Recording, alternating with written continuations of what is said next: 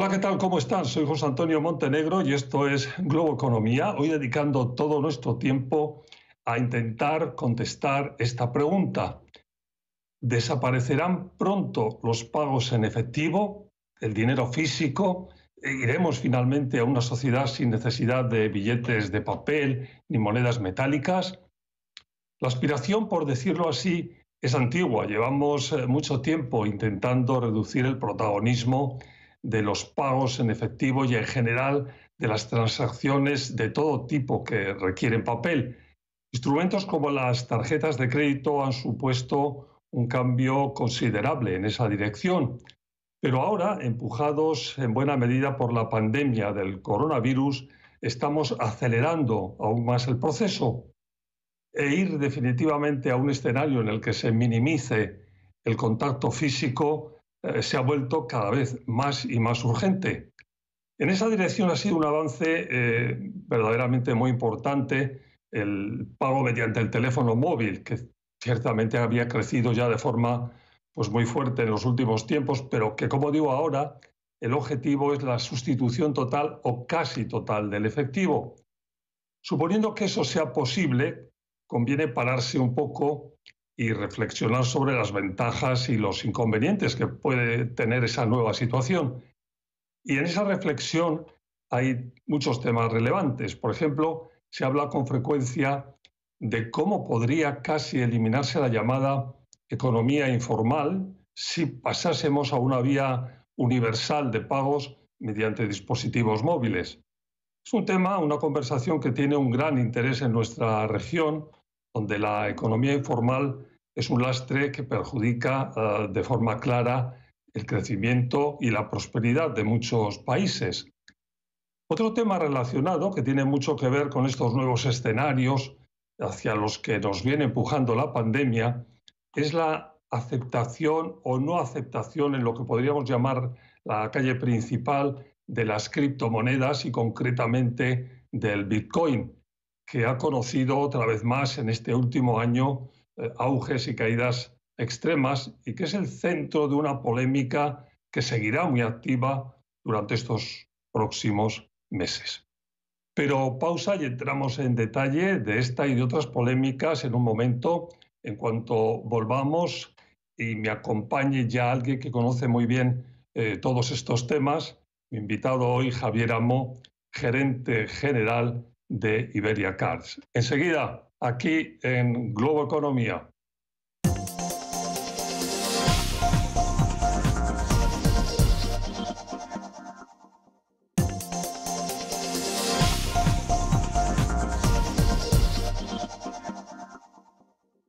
Hola de nuevo, como les decía hace un momento, mi invitado hoy es Javier Amó, gerente general de Iberia Cards y un buen amigo de este programa de Globo Economía. Javier, bienvenido. Muchas gracias, José Antonio.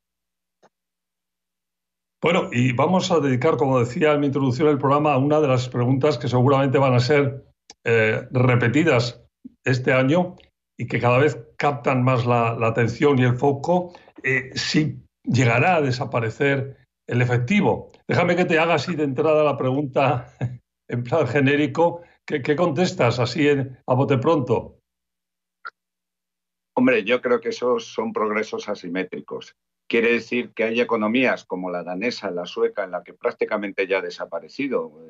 Prácticamente solo hay un 10%, entre el 10, 12, 13% de los pagos se hacen en efectivo. O sea, que hay países en los que ese avance, que en algunos otros, como los del marco latino, todavía estamos muy lejos, hay otros países que ya lo tienen muy avanzado y casi consolidado.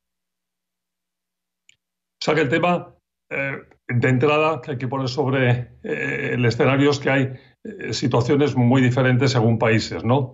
Y un punto, la pandemia, el coronavirus, los últimos meses ha hecho que en países en los que las cosas no están tan aceleradas se ponga todavía más énfasis, ¿no?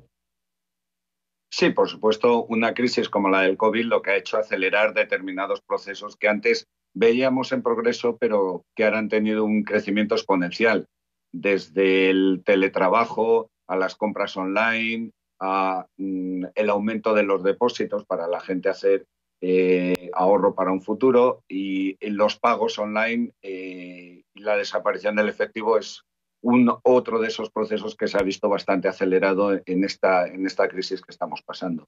Déjame que te transmita otra inquietud mía con este tema, la facilidad. Yo siempre pienso que los procesos estos, en la medida que son muy fáciles, o sean muy fáciles, son más exitosos, pero a veces es que dices, es que lo más fácil es llevar $1 o €1 en el bolsillo, ir muy rápido, darlo, dejarlo, y se acabó la situación. Es muy importante que los procesos nuevos de este tipo, con utilización ya sea del teléfono, ya sea del procedimiento que sea, sobre todo sean muy fáciles. Y yo tengo la sensación de que algunos lo son, pero otros no tanto. Tú como experto, cuéntame, ¿son más fáciles, no son más fáciles? Mi impresión es un poco exagerada. Bueno, vamos a ver, yo por ejemplo, yo soy más partidario de la tarjeta de crédito que del móvil, porque de alguna forma me parece que concentrar toda nuestra vida en el móvil lleva unos ciertos riesgos implícitos, pero bueno, también tenemos que pensar en que nos daría unas ciertas ventajas al no existir prácticamente el efectivo, la posibilidad de robo, la posibilidad de perderlo, etcétera, etcétera, pues está mucho más minimizada. Con lo cual, yo creo que hoy en día las cosas, el touchless de las tarjetas, o sea, hay una serie de factores que hacen bastante fácil la utilización de vehículos distintos del efectivo puro y duro. Y un último tema, por ponerlos todos sobre la mesa, que no tenemos mucho tiempo en este bloque, es el de los costes de estos nuevos procedimientos. ¿Cómo está en líneas generales? Como decías tú, la situación es muy diferente, muy asimétrica según unos países y otros, pero el tema de los costes, de los fees que a veces tiene el pasarse a este tipo de pagos, ¿cuál es la situación en líneas generales? Pues mira, es completamente distinta dependiendo de los países. Por ejemplo, en Claro. Europa, dentro del marco europeo, existe una regulación muy fuerte que limita muy claramente lo que se puede cobrar a una persona con la tarjeta de crédito. Para que te hagas una idea, José Antonio, en Europa la tasa de intercambio, es decir, lo que percibe el emisor de la tarjeta, no puede ser superior a un 0,30.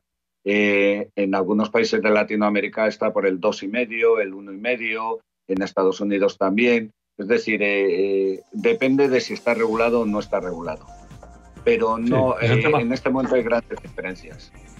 Grandes diferencias. Es un tema muy, muy importante. Yo tengo la sensación aquí que algunos, en el caso de Estados Unidos, algunos de los servicios son especialmente caros, por lo menos en este momento. Tenemos que hacer una pausa, la vamos a hacer cuando volvamos.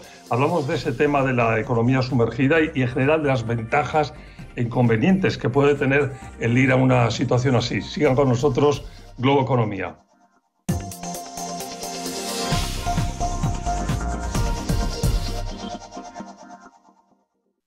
Hola de nuevo, Globo Economía. Estamos dedicando el programa a la pregunta, a intentar contestar la pregunta de si puede desaparecer completamente o casi completamente el efectivo, los pagos en cash, en dinero físico, con la ayuda de Javier Ambo, gerente general de Iberia Cards. Y Javier, cuando nos hemos ido a la pausa, decíamos que íbamos a hablar en este bloque un poco de las ventajas e inconvenientes que tiene esa potencial situación. Y que ahí enseguida uno de los grandes temas es el tema de la economía, de superar el tema de la economía sumergida, de ir a una formalidad de la economía que en el caso de América Latina además tiene especial interés, ¿no? Sí, claramente la economía sumergida bueno, trae una serie de problemas con ella.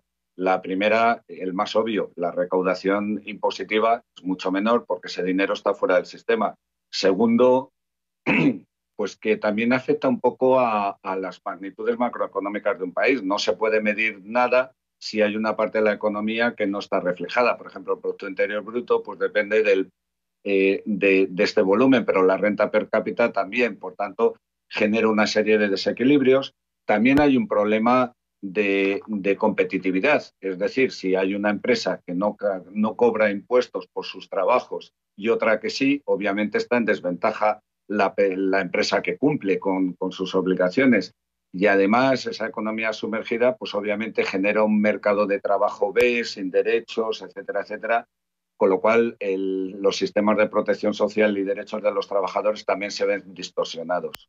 Bueno, y el llegar a poder hacer absolutamente habitual el pago, por ejemplo, pegado a los móviles. Yo me enfocaría mucho, o me enfoco mucho cuando pienso en este tema, el tema de los móviles, porque los móviles todo el mundo tiene ya, cualquier vendedor ambulante, cualquier persona que está haciendo un trabajo muy puntual en cualquier país en vías de desarrollo, tiene un teléfono en el bolsillo, en la mano, y entonces si puede organizar, por decirlo así, sus transacciones a través de ese instrumento, de ese dispositivo, estamos dando un salto, que es lo que entiendo que se está produciendo en muchos países en vías de desarrollo, que están pasando de una situación en la que estaban en la informalidad, estaban completamente no transparentes, a estar, además de ser formales, estar entrando en un nivel en el que además están tecnológicamente en un puesto más avanzado, ¿no? Tienes toda la razón, José Antonio. Hace poco, viendo un documental de National Geographic, me sorprendió que en una tribu masái sacaban un teléfono móvil y hacían transacciones por una divisa nacional que se ha creado en Kenia, que no tiene nada que ver con la divisa de toda la vida, que se llama el M-Pesa. Y prácticamente se ha convertido en la divisa de uso común entre toda la población.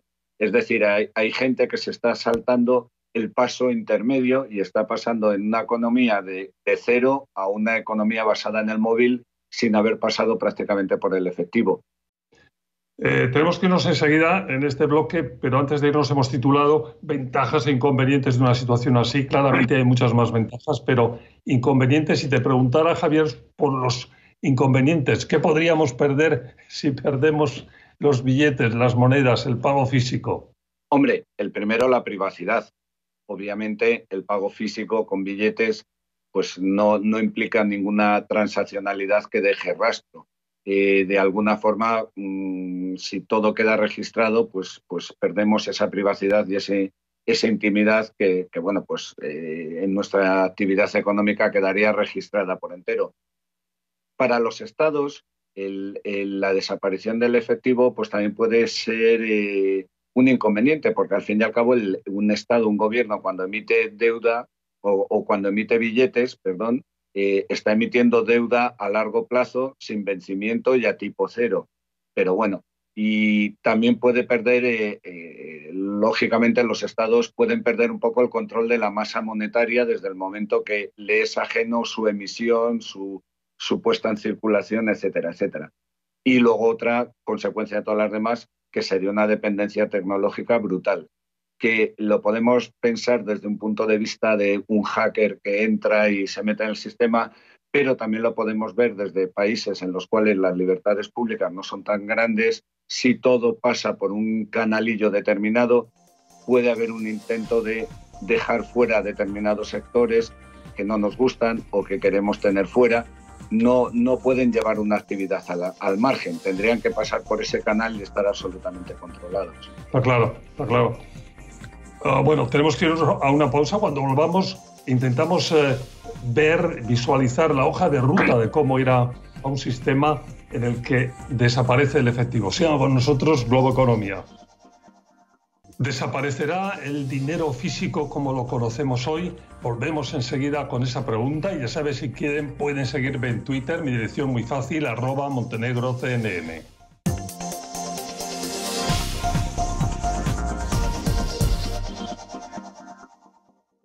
Hola de nuevo, Globo Economía. Estamos hablando de la potencial desaparición del efectivo con Javier Amo, gerente general de Iberia Cars, y en este bloque decíamos, Javier, que íbamos a querer hacer un poco la hoja de ruta de cómo conseguir o cómo mejorar en los países que no están todavía tan avanzados en esto, porque tú me decías y arrancabas el programa diciendo que la situación es muy asimétrica, que hay situaciones muy distintas según países, lo cual es algo estimulante porque quiere decir que se puede llegar ahí. Pero ¿cuál es un poco el proceso para quienes no están todavía muy avanzados en esto, se van cada vez acercando a la situación ideal?